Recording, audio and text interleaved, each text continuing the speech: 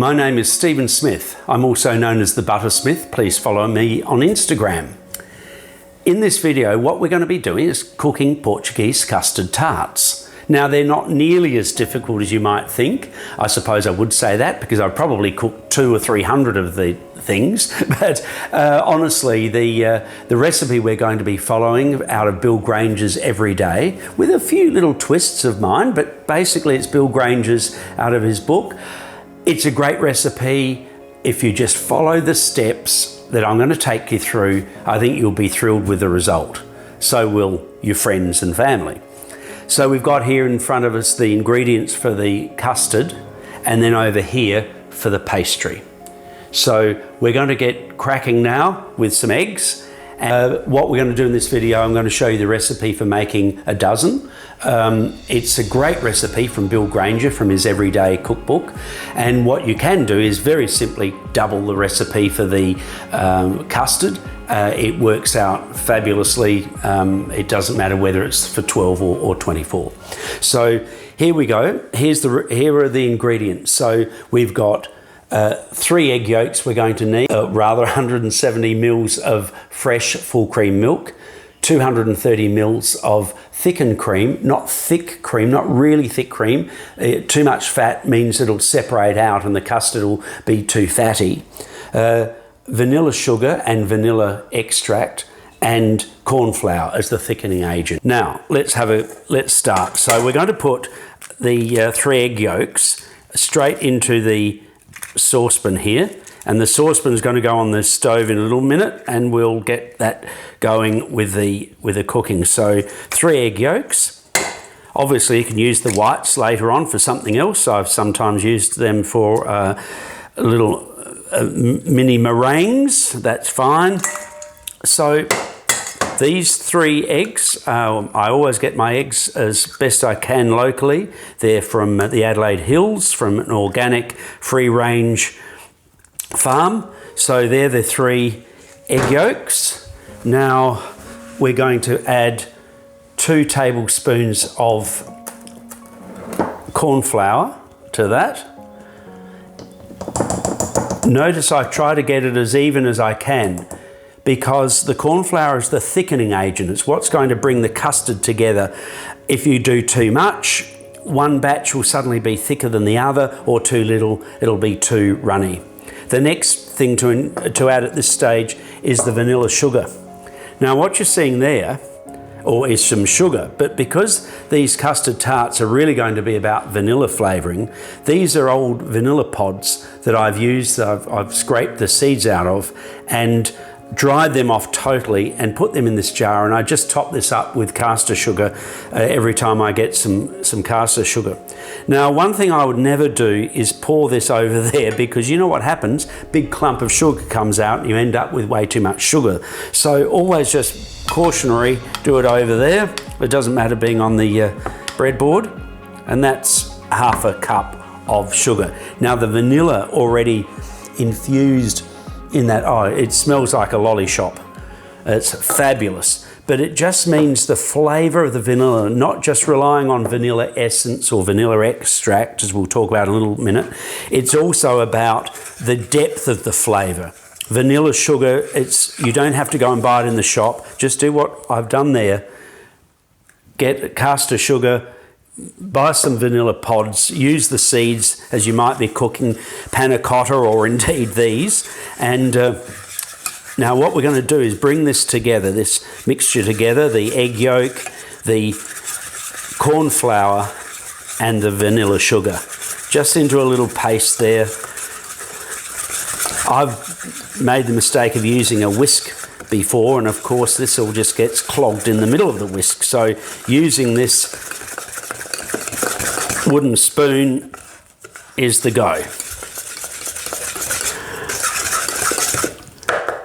Now, what we're going to do is get 170 mils of full cream milk, and you can see there the measurements there. We're going to do 170.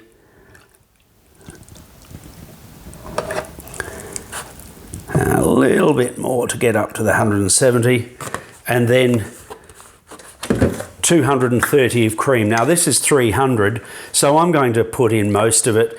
We don't have to be too fussed about that. The corn flour you do because that's the thickening agent. This, we can be a little bit more liberal with it, and we're just going to stir it around a bit there.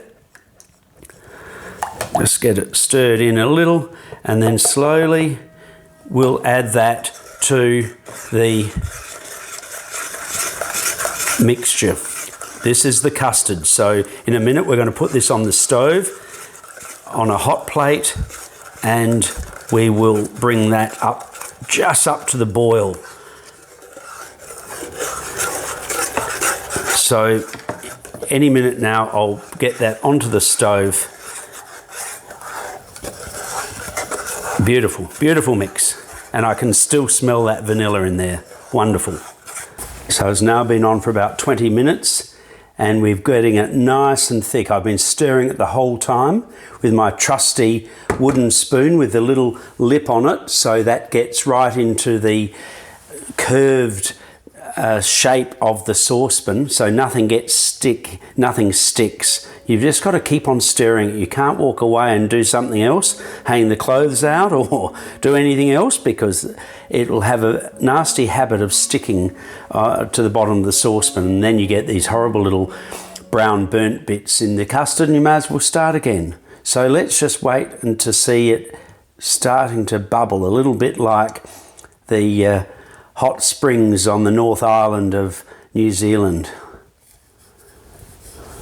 Let's see if it just starts to, when it comes up to that, just as it starts to bubble, what we'll do is take it off the heat immediately and add the teaspoon of vanilla, pure vanilla extract that we've got here.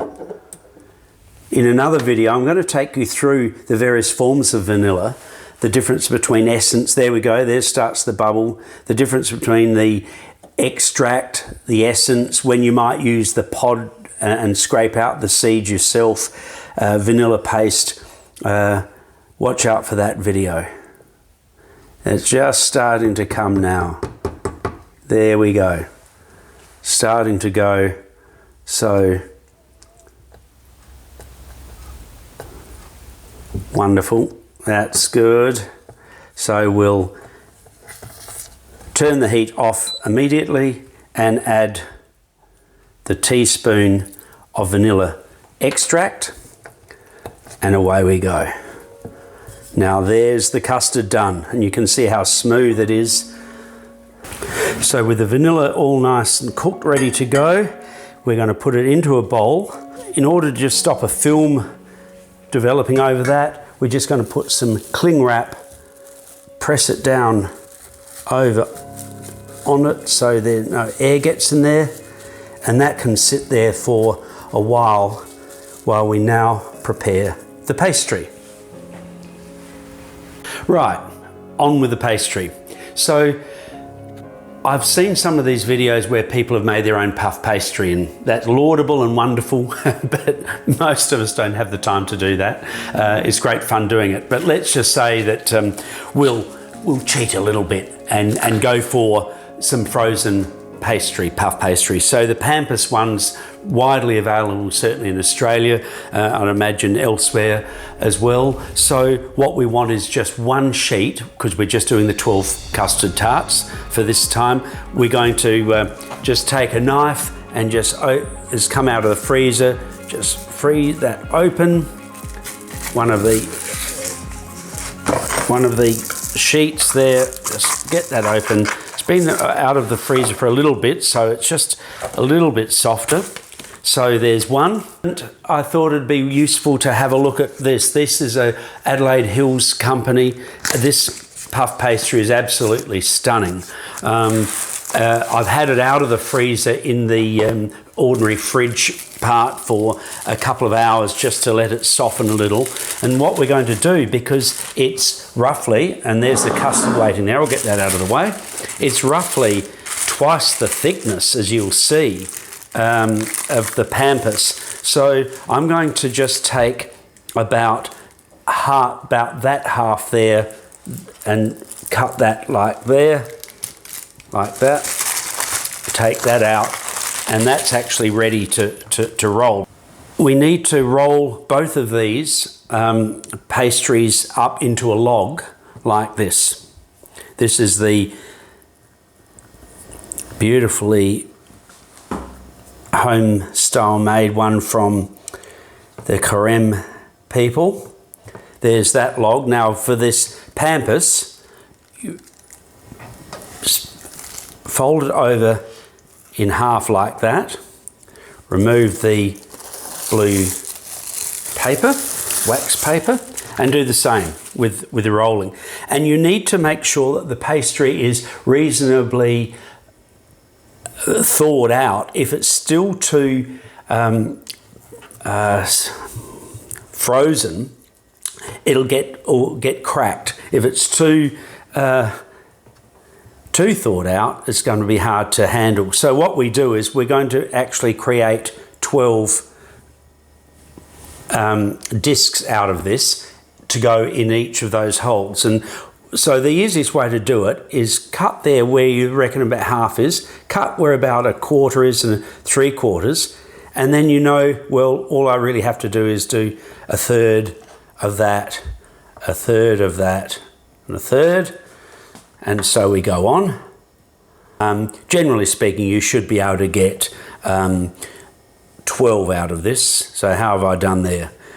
We've got 2, 4, 6, 8, 10, 12. Same with the pampas, exactly the same. Notice the difference in the colour and texture.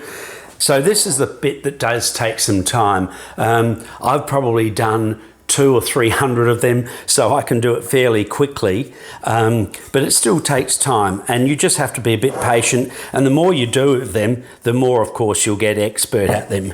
Now, Portuguese custard tarts I bought in some shops that specialise them are perfectly, the pastry is exactly in the right spot.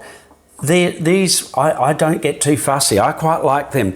In fact, that one I probably would roll out a little more thinly again. See how by putting them in a disc, it's just dead easy to get them into a circle, but I'll roll them out a bit more like that. Anyway, so here we go. These are the discs, so that's how it goes. Now I'll just show you perhaps doing one of these from the pampas. I think you can see the difference in the quality of the pastry. This has obviously got way more butter in it and richer butter. Nevertheless, I would say that I've been using these pampas pastry for a long time, and it does a pretty good job. You don't have to line the individual shells with butter. It's got so much butter in the pastry already that it doesn't stick. Anyway, I'll show you a little trick of how to get it out when the time comes. So what I should have done a few minutes ago is put the oven on to 190. So there we go, 190, and they'll need about 20 to 25 minutes in there eventually. And you'll see that these are quite uneven, but I like the unevenness. I like the randomness of it. It looks like it's actually been made at home as opposed to in a little factory somewhere. Now let's... that is absolutely stunning. Again, remember, I've been saying this is the Bill Granger recipe out of every day. A few little tips and changes, but basically it's his recipe. So let's put these in the oven now. And so what I'm going to do is I'm taking them out and just letting them on the cooling tray rather than putting them straight on the dish, because they could just get a little bit soggy on the bottoms. I'm using that part of just an ordinary teaspoon, because it doesn't scrape the edges of the cake tin. It's a little gentler on it, and also helps that little bit there scoops out. Now for plating up, look, there are so many different ways of doing it. It just depends on the guests you're having, whether it's just for the family, what sort of is it, dinner party. One way you could do it, and here are the ones with the Carême pastry. I might just put these with the pampas, maybe then try some raspberries, blackberries, all sorts of fruits would work well in here, but I love the look of the raspberry. Raspberry's about my favourite. So here we are, almost 2 dozen Portuguese custard tarts, if I hadn't mucked up the distribution of the custard. But anyway, here's 22 custard tarts, Portuguese custard tarts.